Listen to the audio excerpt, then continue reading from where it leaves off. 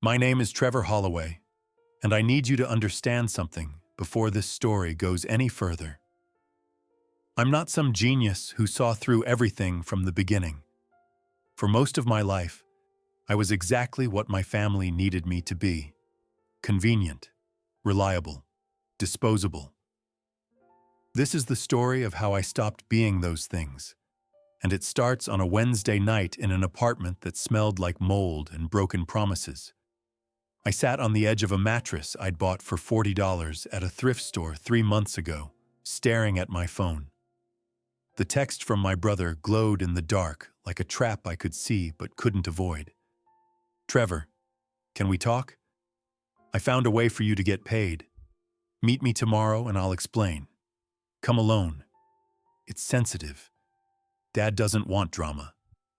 I should have deleted it, blocked the number.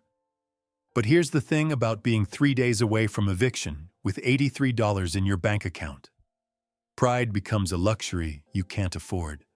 5 years ago, I went to prison for a crime I didn't commit. I took the fall for Bryce because my family asked me to, because they promised they'd take care of me, because I genuinely believed that's what love looked like. I was wrong.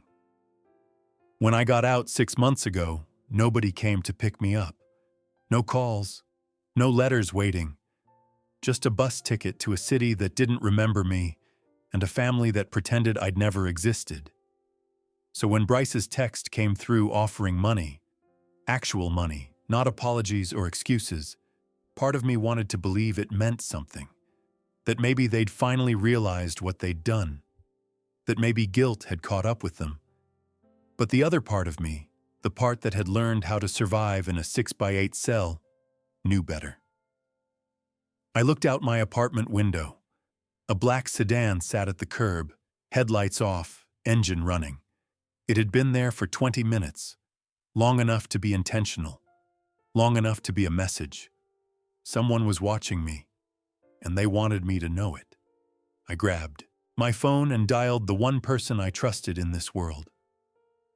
3 rings, then a rough voice answered. Dylan. Dylan Park had been my cellmate from year 3 through year 5. He taught me how to read people, how to spot setups, how to stay alive when everyone around you wanted something. Now he worked in private security, surveillance jobs mostly, divorce cases, insurance fraud, the kind of work that pays attention to details. "I need a favor," I said, keeping my voice low. "Someone's watching my place. Black sedan. No plates I can see. And my brother just texted wanting to meet tomorrow. I think they're connected." Dylan didn't waste time with questions. "Send me the address and time. I'll track your location while you're there. If you don't check in every 30 minutes, I'm calling the cops and coming myself." "Thanks," I said, "Trevor." His voice dropped. "Your family didn't just forget you when you got out. They erased you. Whatever they want now, it's not about making things right. It's about using you again. Don't let them." He hung up before I could respond. I watched the sedan for another 5 minutes. Then it pulled away slowly, like whoever was inside wanted me to see them leave. "Message received," I said in my mind. But if they thought I was the same person who'd said yes 5 years ago, they were about to learn otherwise. The cafe Bryce chose was in the business district, the kind of place where a cup of coffee costs $8 and everyone's wearing an expensive suit. I arrived 15 minutes early, picked a corner table with my back to the wall and a clear view of the exits. Prison teaches you things. Some of them stick. When Bryce walked in 20 minutes later, I barely recognized him.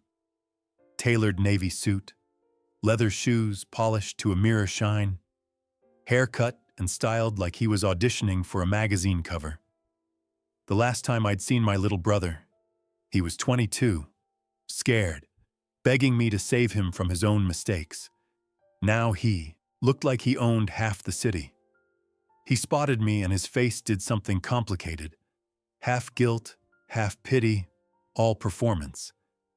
He crossed the cafe but didn't offer a hug, just slid into the chair across from me like we were business associates, not brothers.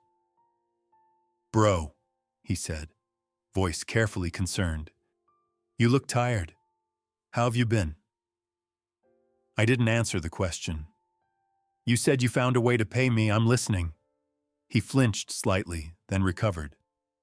Reached down and placed a leather briefcase on the table. Opened it. Inside were stacks of $100 bills, neat and clean and more money than I'd seen in 6 years. "10,000, Bryce said. "Cash. Yours. Right now." I stared at the money. 10 grand would cover rent for months. Food. Maybe even a used car. It would stop the constant drowning feeling that had followed me since release. "What do I have to do for it?" I asked. Bryce pulled out a folder, slid it across the table. "I built something while you were away. A real estate investment firm. It's completely legal, I swear. But I need a partner. Someone I trust. Someone that is my family." The documents inside were thick. Corporate filings, partnership agreements, pages and pages of legal language. "You'd be a silent partner," Bryce continued, talking faster now. "You don't have to do anything. Just sign. The 10,000 is your entry compensation. You know, for everything before." I picked up the papers, scanning words I didn't fully understand. But I noticed things. Details. Bryce kept checking his watch, like he was on some kind of countdown. The documents were dense, deliberately confusing. He hadn't asked a single question about prison, about my life now, about anything that actually mattered. And the word trust coming from his mouth sounded wrong. "I need a lawyer to review this," I said. His smile froze. For half a second, maybe less, anger flashed across his face. Raw and real and nothing like the concerned brother act he'd been performing. Then the mask slid back into place. "Of course, man. That's smart. But I need an answer by Friday. The investment window closes after that. Opportunity's gone." "Friday," I repeated. 3 days. "Yeah, I know it's fast, but this is big. Life-changing." He leaned forward, voice dropping into something that sounded practiced. "Trevor, I know I wasn't there for you. I know I should have visited more, written more, sent money. I was scared, ashamed. But I'm trying to make it right now. This is me trying." I wanted to believe him.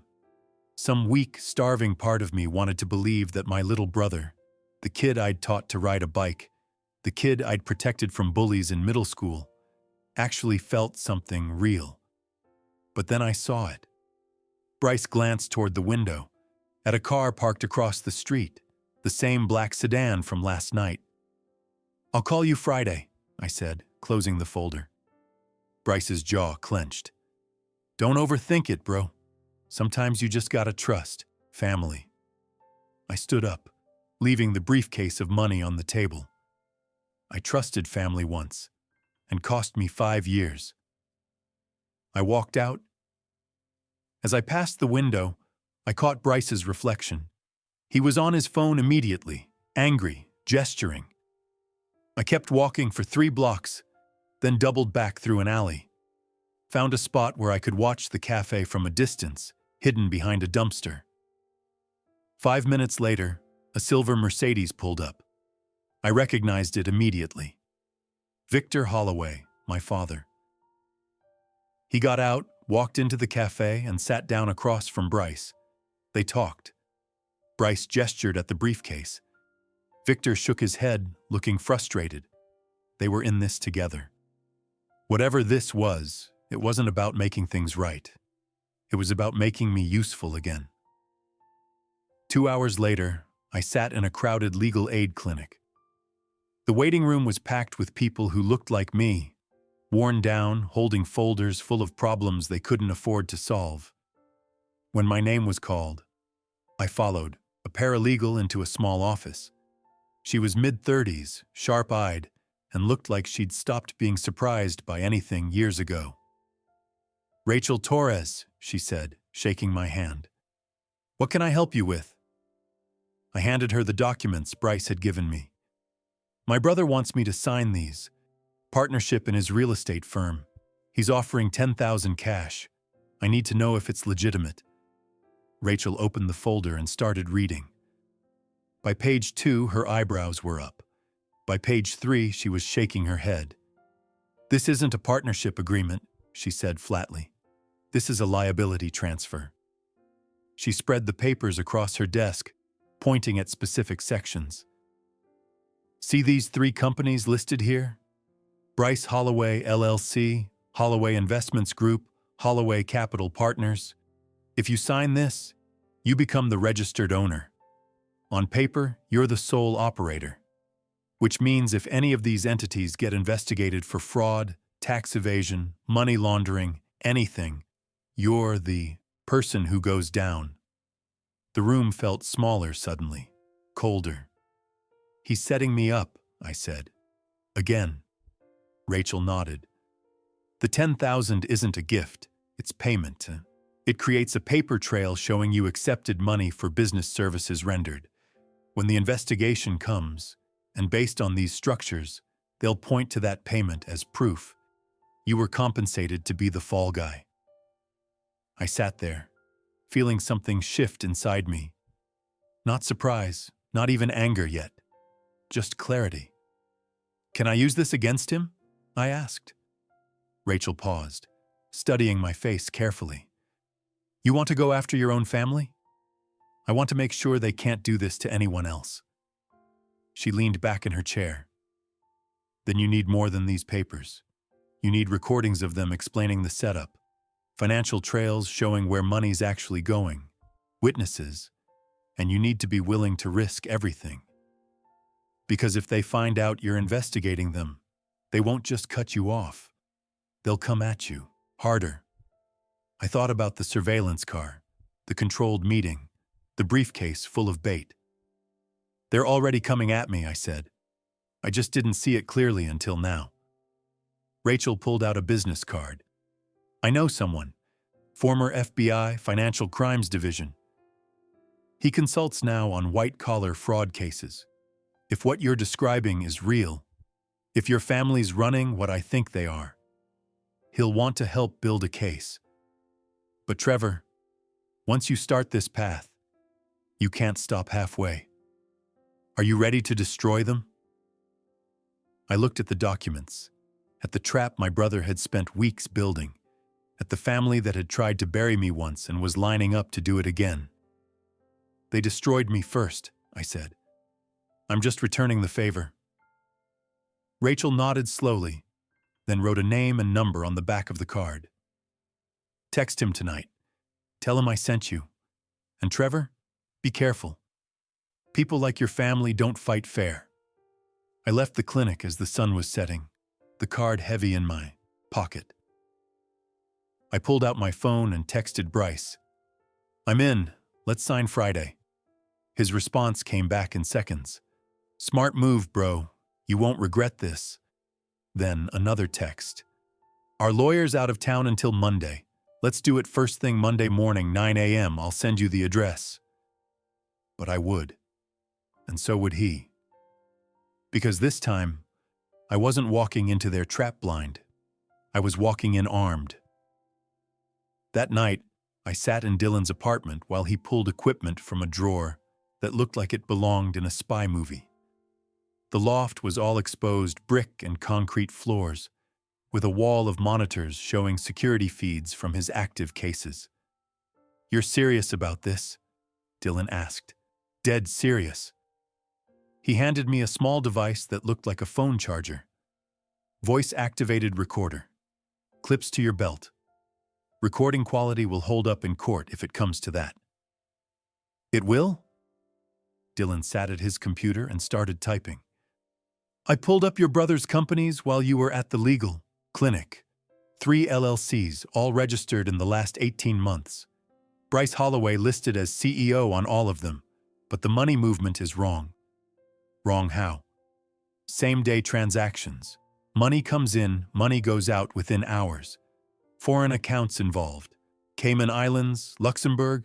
Either he's the worst businessman alive or he's moving money he doesn't want traced. Money laundering? Or tax fraud? Maybe both. Dylan pulled up more screens, showing spreadsheets I couldn't fully understand. You need someone who gets this level of corporate crime. I know investigation and surveillance. This is above my knowledge. My phone buzzed. Text from Rachel. Contacted the consultant I mentioned. He'll meet you tomorrow morning. His name is Frank Mendoza, retired FBI. Specialized in RICO cases. Organized crime hiding behind businesses. If your family's running what I think, he'll know how to prove it. I showed Dylan the message. You trust her? He asked. I don't trust anyone anymore, said. But I don't have options. The next morning, I met Frank Mendoza at a different coffee shop. Neutral territory, Rachel's suggestion. He was 60, gray hair, sharp eyes that looked at you like they were reading a document. He didn't waste time. Rachel sent me your papers, he said, sliding into the booth across from me. You're being set up for securities fraud. Your brother's companies are moving money in patterns consistent with Ponzi schemes or embezzlement. The question is, who's he stealing from? I don't know.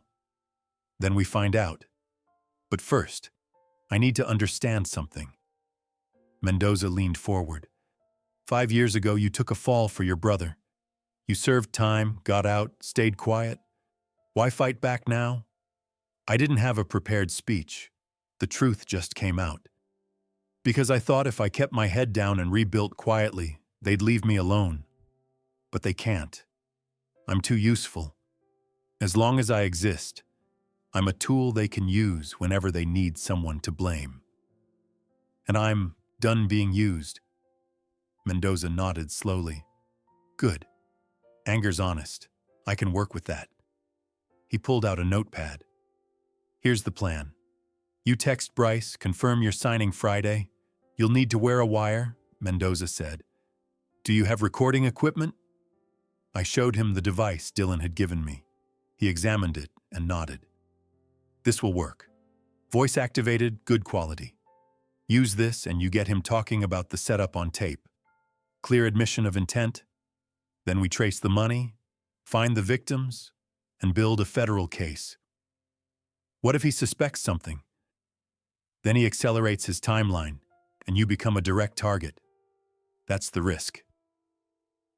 I thought about the surveillance car, the controlled meeting, the cash designed to look like payment. I'm already a target, I said. I just didn't realize it yet. Mendoza handed me his card. One more thing. If this goes bad, if they threaten you physically, not just legally, you call me immediately. Family fraud operations don't stop at courtroom tactics. When people get desperate, they get dangerous. I pocketed the card.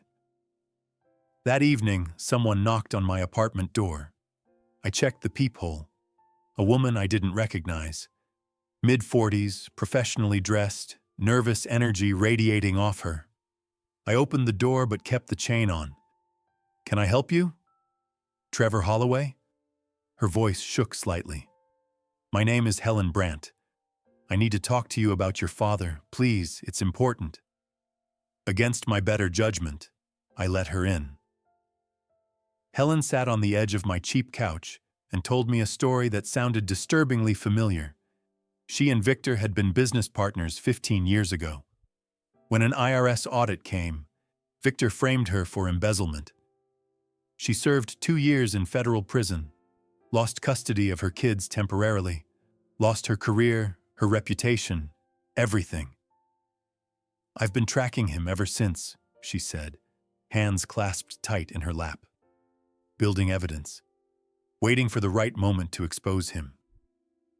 Then I saw those LLC names in a legal filing associated with your father's companies.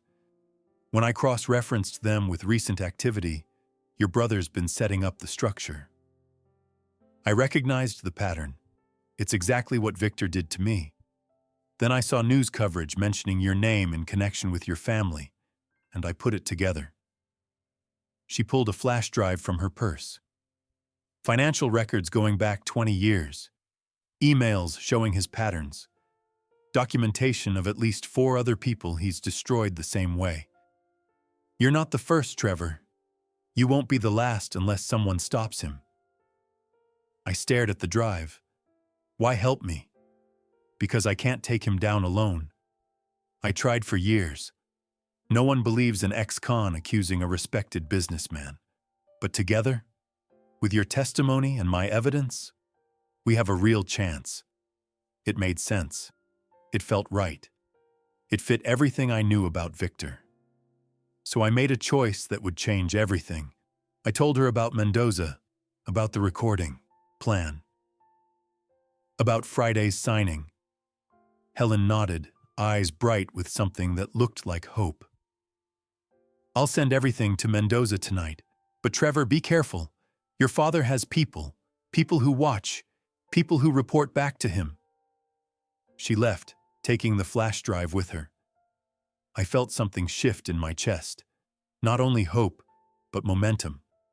Like maybe I wasn't fighting this alone. The next morning, my phone rang at 6:30. Mendoza. His voice was tight. We have a problem.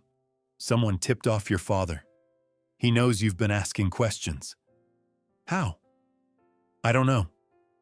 But I just received a call from Victor Holloway's attorney threatening a harassment lawsuit if I contact you again. That means someone told him you're building a case against him. I ran through the last 48 hours in my head. Dylan, Rachel, Mendoza, Helen. 4 people knew what I was doing. Who talked? I asked. I don't know yet, but until I figure it out, assume every conversation is compromised. Trust no one, except me, and honestly, don't even fully trust me until I can prove I'm clean. He hung up. 10 seconds later, a text came through from an unknown number. You think you're smart. You're not. Drop this now, or what happened 5 years ago will look like a vacation. Dad. The threat was clear, and then it hit me. Helen Brandt. The woman with the perfect story. The evidence that was too convenient. The eagerness to know my entire plan. She wasn't a victim. She was a test. Victor had sent her to see if I'd reveal what I was doing, and I'd told her everything. I sat on my mattress, phone shaking in my hand, realizing I'd just made the biggest mistake of this entire operation. They knew. They knew everything. Before we get to what happens next, if you're finding yourself invested in Trevor's fight against his own family, hit that subscribe button. We post stories like this every day. Don't miss the next one. Now back to how Trevor turns this betrayal into his biggest advantage. I didn't sleep that night. Instead, I sat with Dylan in his loft, working through what had just happened. Helen was a plant, I said for the 3rd time, like saying it would make the betrayal sting less. Yeah. Dylan typed rapidly, pulling up information. But here's the thing. While you were getting played, I was doing my own digging, and I found something they don't know about. He turned his monitor toward me. Spreadsheets, transaction records, names I didn't recognize. Bryce's 3 companies? They're all connected to something called the Golden Years Pension Fund. Small contributions from hundreds of people, retirees who trusted a local investment firm with their retirement money. Bryce has been skimming from it for over a year. If that fund collapses, those people lose everything. The weight of it settled on me. This isn't just about me. No, there are real victims, which means when we take this to the feds, it's not just your word against your families. It's fraud with a paper trail and actual damage. My phone buzzed. Rachel. Mendoza still wants to move forward. He says the Helen situation actually helps, proves Victor's worried enough to test you, means you're a real threat. Stick to the plan. Friday signing. Get it on tape. Dylan handed me the recording device again. You still going through with this? Do I have a choice? You always have a choice. But if you walk away now, they win. And someone else becomes the next you. I clipped the recorder to my belt. Then I'm going. Monday morning arrived cold and gray. The law office Victor chose was in a high-rise downtown, all glass and steel and the kind of quiet that money buys. I rode the elevator to the 14th floor, hands steady despite everything. The receptionist led me to a conference room. Victor sat at the head of the table like a judge. Bryce to his right, confident and clean in another expensive suit. A thin man with dead eyes sat across from them. The family, lawyer. Glad you came to your senses, Victor said. No warmth, just pure business. I sat down, feeling the recorder press against my side. Let's get this done. The lawyer slid documents across the polished table. Standard partnership agreement. Sign here, here, and here. I picked up the pen, then paused. Before I sign, I need to understand something. What exactly am I partnering in? Bryce answered too quickly. Real estate investment. We've been over this. Then why do the LLCs show transactions with accounts in the Cayman Islands? Why are pension fund contributions moving through these companies? The room went silent. The lawyer's pen stopped moving.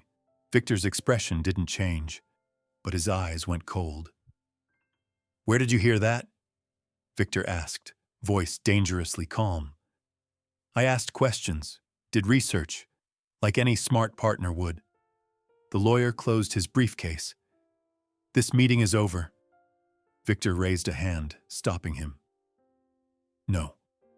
Let's clear this up right now. He looked directly at me. You've been talking to people, Trevor. Lawyers, maybe investigators. That's a problem. Why? If the business is legitimate, what's the problem? Bryce stood up, agitation breaking through his act. You're making this way more difficult than it needs to be. Just sign the papers. Or what? Victor's mask dropped completely. His voice stayed level, but the threat underneath was clear. Or we remind the world what you really are.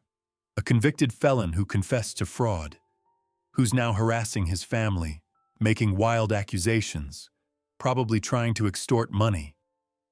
We have documentation of your behavior. Witnesses who'll testify you've been erratic, unstable, making threats. By the time we're done, no one will believe a single word you say. I felt the trap closing, not legal but reputational, character assassination. But I had one card left to play. You're right, I said slowly. I'm a convicted felon, because I took the fall for Bryce's securities fraud 5 years ago. The crime I confessed to? I didn't commit it. Bryce did, and you coached me through every word of that confession. Victor's face hardened. You're lying. Am I? I pulled out my phone and played an audio file, my own voice from 5 years ago, young and scared.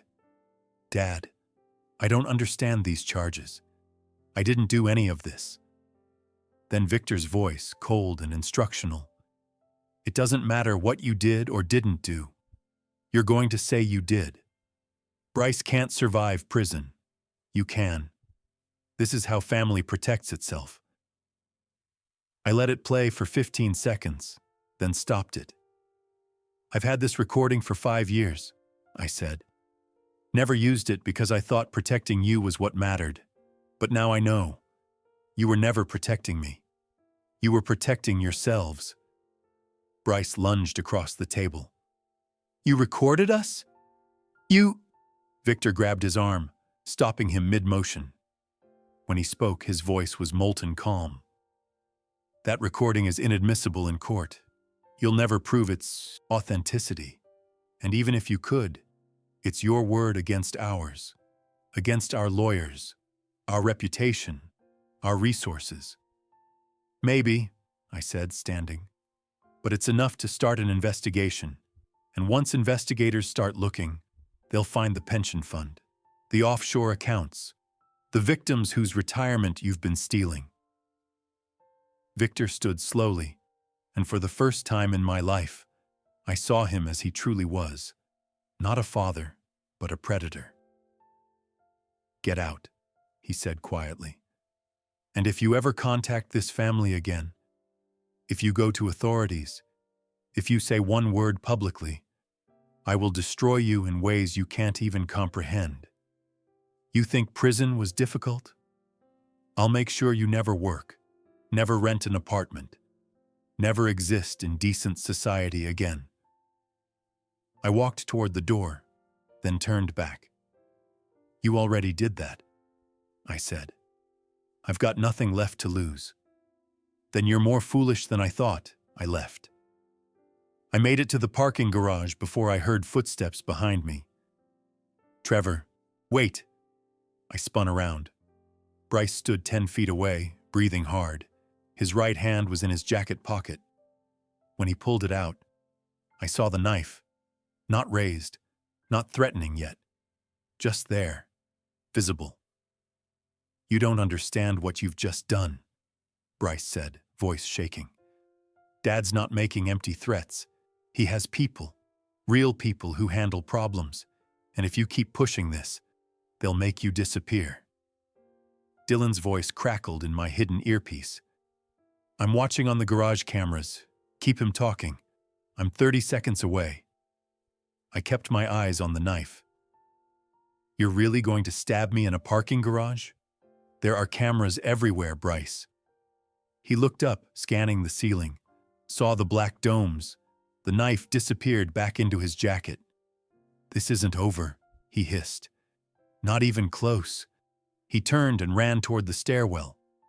Dylan's car screeched around the corner. Get in. Now.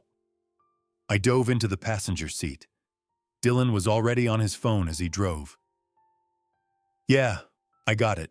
All on video. Sending it to you now, he said to whoever was on the other end. Then to me. That was Mendoza. He's moving fast. Says with your office recording and this threat, he has enough for warrants. Warrants? Federal warrants. For your father, your brother, and your mother if she's involved. This goes down tomorrow morning. Saturday arrived with sirens. I watched from Dylan's apartment as the news broke on every channel. Federal agents raiding Victor and Marin's home. Bryce's office surrounded. Bank accounts frozen. All three taken in for questioning. 2 federal marshals stood outside Dylan's door. Mendoza had explained it simply. You're a cooperating witness now. That makes you valuable. And vulnerable. But by 6 that evening, Mendoza called with news. A sad one. Victor posted bail. Used an offshore account we couldn't freeze fast enough. He's out. Where is he? We don't know. But Trevor, he's angry. And he knows you're the reason this is happening. Stay in. Protective custody. Do not leave. Do not answer the door for anyone but the marshals. I hung up and looked at Dylan. They're coming, I said. Let them try, Dylan replied, checking the security monitors. We're ready. But ready didn't mean safe, and the war was just beginning. Sunday morning, Mendoza called with an update. Bryce is breaking, he said. His lawyer just contacted the prosecutor. He wants a deal. I sat up straighter. What kind of deal? Testimony against your father in exchange for reduced sentencing. He's facing 15 to 20 years on the fraud charges. His lawyer told him cooperation is his only path to anything less than a decade. What's he saying? Everything. The $12 million securities fraud you took the fall for. Documentation of the pension fund scheme. Names of other victims beyond the retirees. Your father's entire network of shell companies going back 20 years. Even your mother's role in falsifying documents. I should have felt relief. Instead, I felt suspicious. That sounds too easy. It's not, Mendoza said, because Bryce is also claiming you knew about the original scheme. Says you volunteered to take the fall in exchange for $50,000 wired to an offshore account in your name. That's a lie. I yelled. I know, but it's detailed enough to create doubt about whether you're a victim or a participant. His lawyer's smart. They're trying to muddy the water so Bryce's sentence gets reduced. You'll need to testify publicly to counter his version. When? Preliminary hearing is in 2 weeks. That's where the judge decides if there's enough evidence to proceed to full trial. I need you ready to take the stand. I'll be ready. 3 days later, my phone rang from a number I didn't recognize.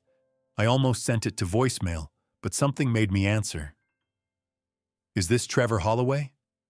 A woman's voice, older, shaking slightly. Who's asking? My name is Louise Kane. I was your father's accountant for 12 years. And I need to talk to you before I lose my nerve. I put her on speaker so Dylan could hear. I'm listening. Louise's story spilled out in a rush. She'd managed Victor's books from 2008 through 2020, created false ledgers when he told her to, filed fraudulent investor reports, processed offshore transfers she knew were illegal.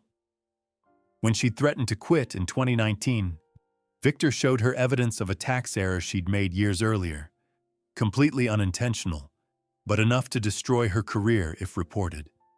He'd blackmailed her into staying quiet. But I kept copies of everything, she said. Emails, spreadsheets, transaction records, even recordings of Victor giving me explicit instructions to falsify documents. I've been holding on to them for years, waiting for the right moment. Why come forward now? I asked. Because I saw the news. I saw your name, and I realized if I don't speak now, your father will keep destroying people until the day he dies. I'm 63 years old, Mr. Holloway. I don't want to die knowing I helped him ruin lives. What kind of evidence do you have? Proof that Victor orchestrated the fraud you went to prison for. Documentation showing he trained Bryce on liability transfer techniques starting in college. Records showing your mother received monthly payments into a personal account labeled Operations Management, and a recording of your father telling me, and I quote, Trevor's expendable. If this goes south, he takes it. That's what he's for. I sat in silence for 10 seconds. Thank you, I said quietly. You just gave me my life back. Mendoza moved fast. Within hours, Louise was in federal protection and scheduled as a surprise witness for the preliminary hearing. But that night, another text came from Victor's number. I know about Louise. She won't make it to court. Neither will you if you don't drop this. Mendoza increased security. Put Louise in a safe house separate from mine. And we waited. 2 weeks later, I walked into the federal courthouse for the preliminary hearing. Media trucks lined the street. Cameras flashed. Reporters shouted questions I didn't answer. Inside, the courtroom was packed. Victor sat at the defense table in an expensive suit, expression carved from stone. Marin sat separately. The prosecutor laid out the case: pension fund fraud, securities violations, witness tampering, organized racketeering under RICO statutes. The evidence was overwhelming. Then came the moment that changed everything. The prosecution calls Louise Kane. Victor's lawyer shot to his feet. Your Honor, this witness wasn't disclosed. It's a preliminary hearing, Counselor, the judge interrupted. I'll allow it.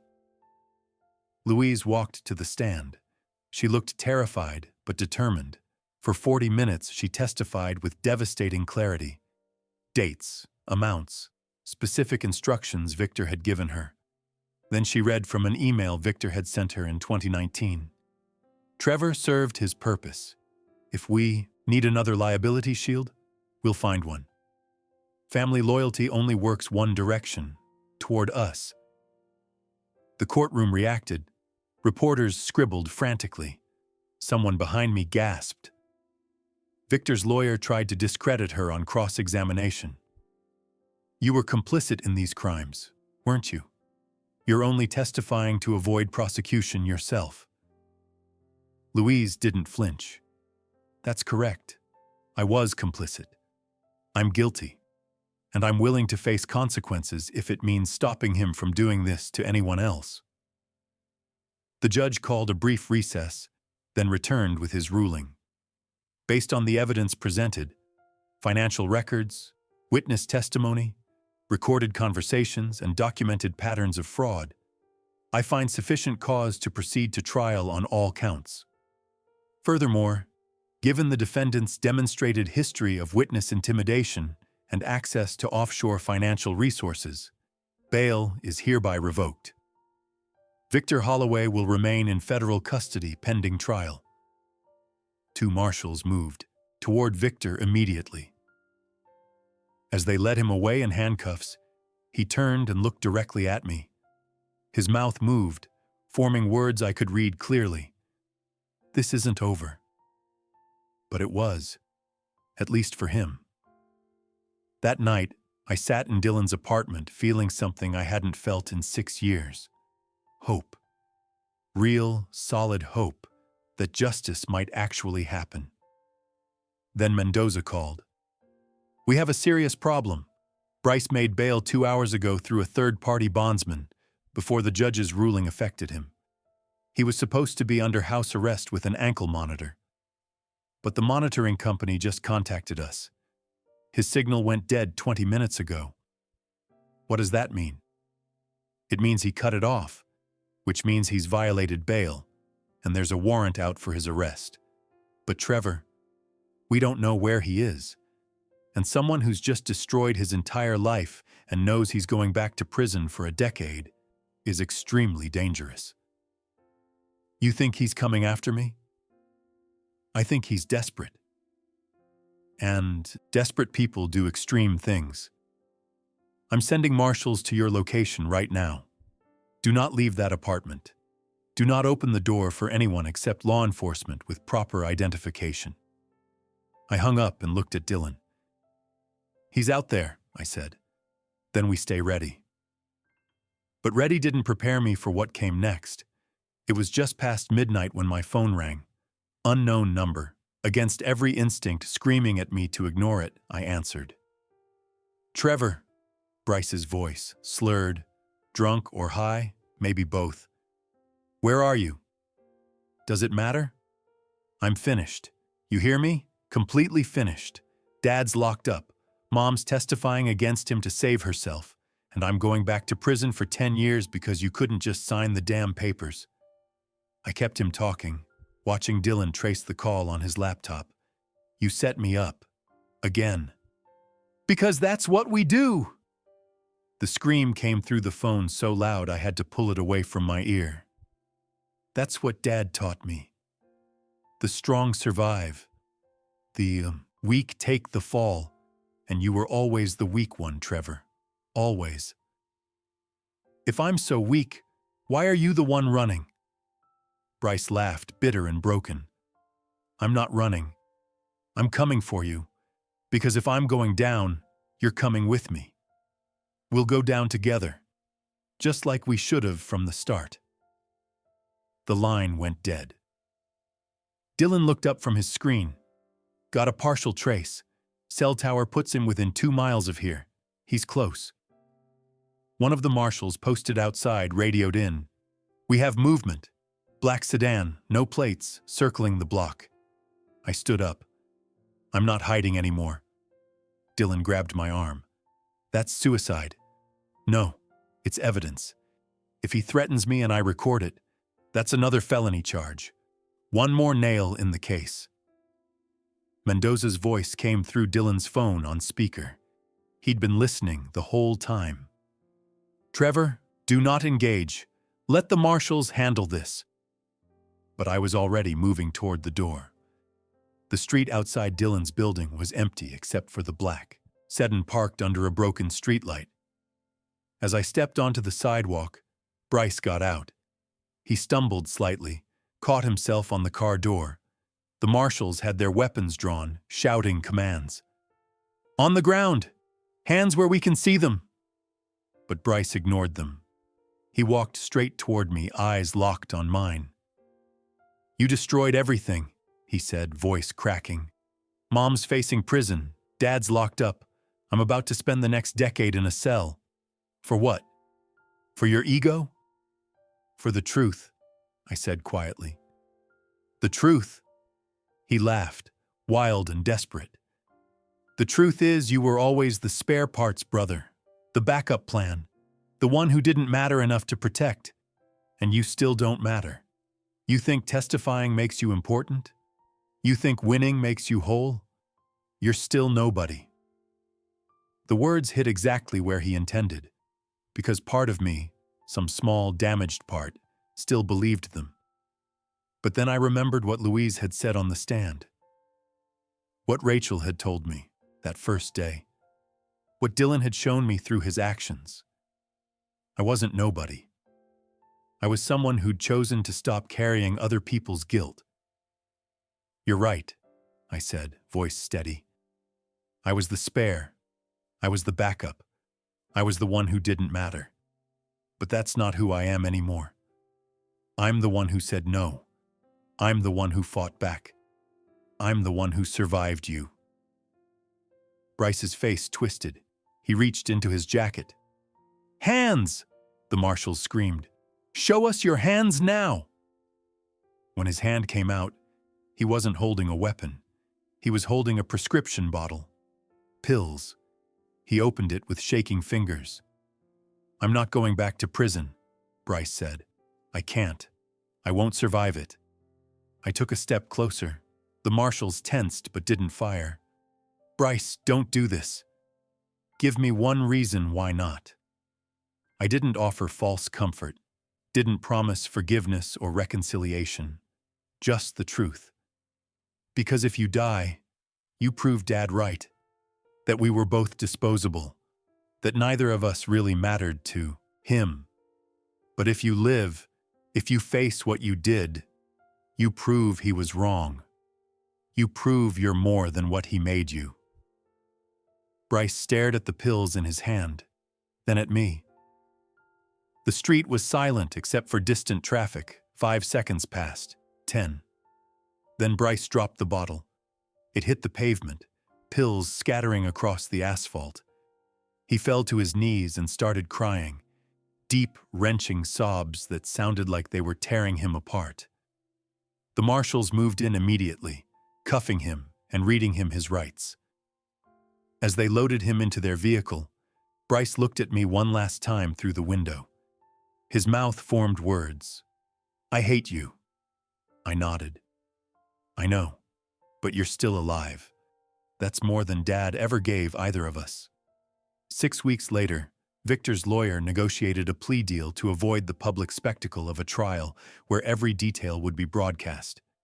Victor Holloway pleaded guilty to racketeering, securities fraud, and witness tampering. 18 years in federal prison. All assets forfeited for victim restitution. Marin received 4 years for conspiracy and document falsification, eligible for parole in 2.5. Bryce got 10 years for fraud, bail jumping, and witness intimidation. No early release.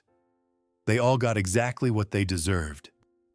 Most people will watch this entire story, then scroll away without subscribing.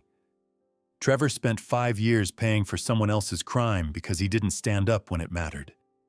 Right now, there's someone out there being pressured to take a fall for family, for a boss, for someone they trust, and they need to see this story. But they won't, because you didn't hit subscribe.